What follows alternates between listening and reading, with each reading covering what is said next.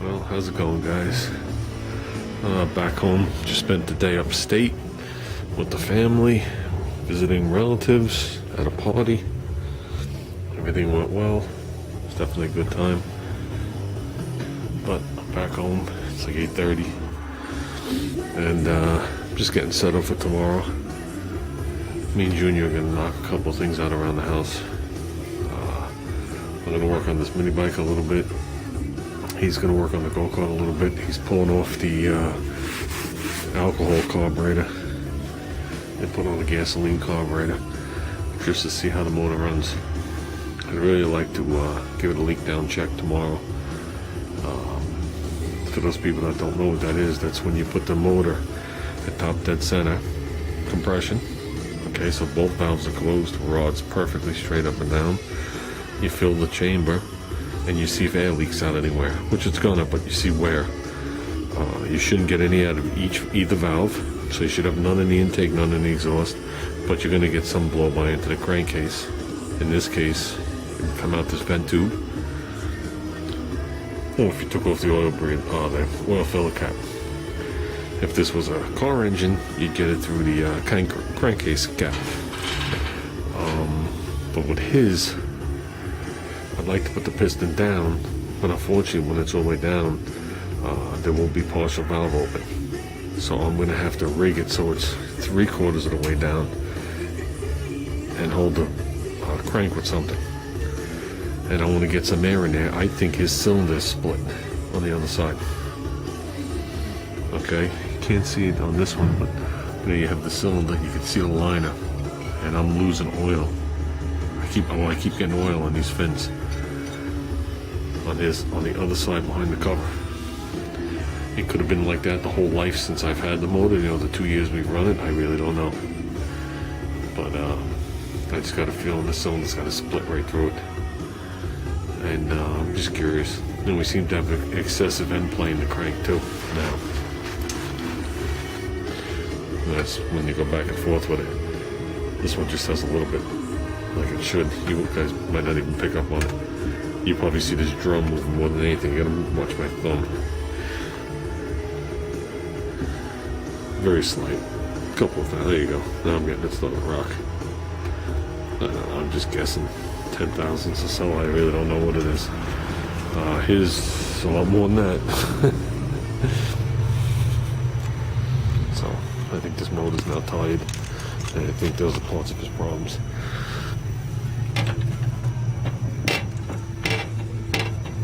I don't know if you can pick up on it or not, how much it is. There you go. So, I know he wants to pop this cover off too, check this bearing, and see if the end of the crank and the block is wasted. So, like I said, we've got 2 years out of this motor, from a motor that, we found at a swap meet. This was a complete motor minus the carb. Very tired, very well used motor at the time. Paid $20 for it. The oil was like glue. Literally, we scraped it out with a scraper.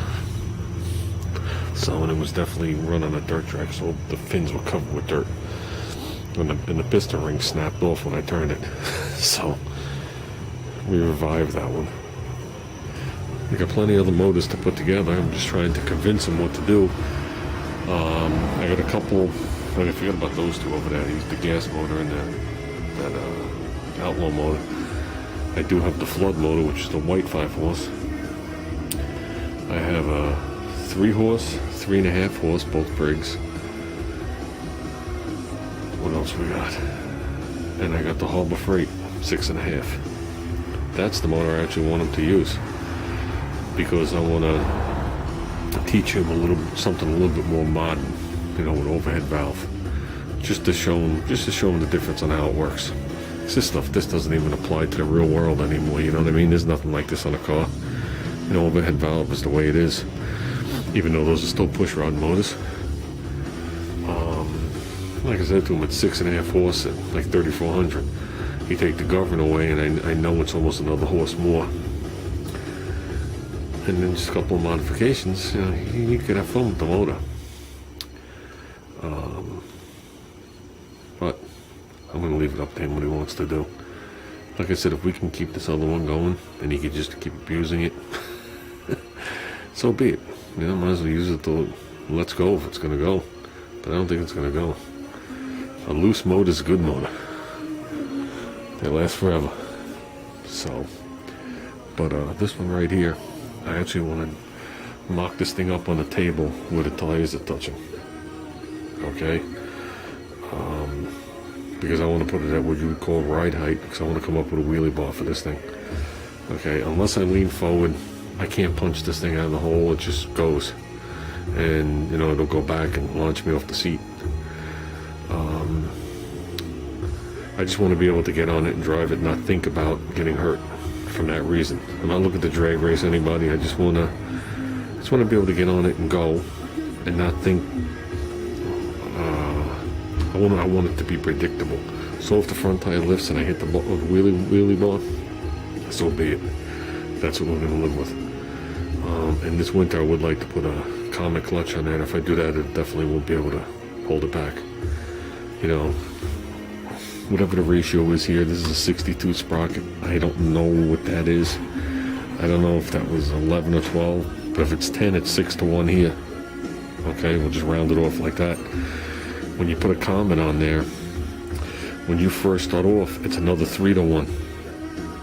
So you got 3-1, and then the additional 6-1. That's why anybody running one of those Comet clutches, it launches so hard and feels like a raped ape out of the hole.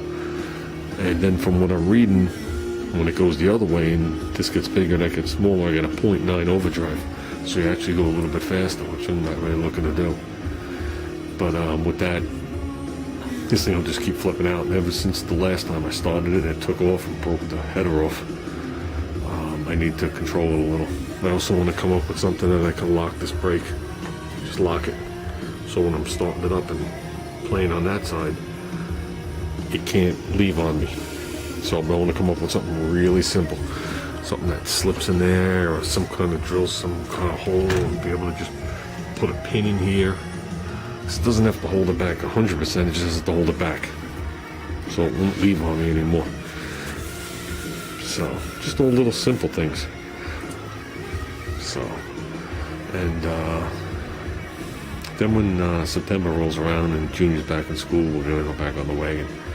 Because then I'll have my Mondays free again. And then I can just be out here alone and just, you know, work on that. Not have to think about anything anymore, and then we'll be heading back into the winter. And we'll get that thing done. So these are just summertime little projects to keep me amused.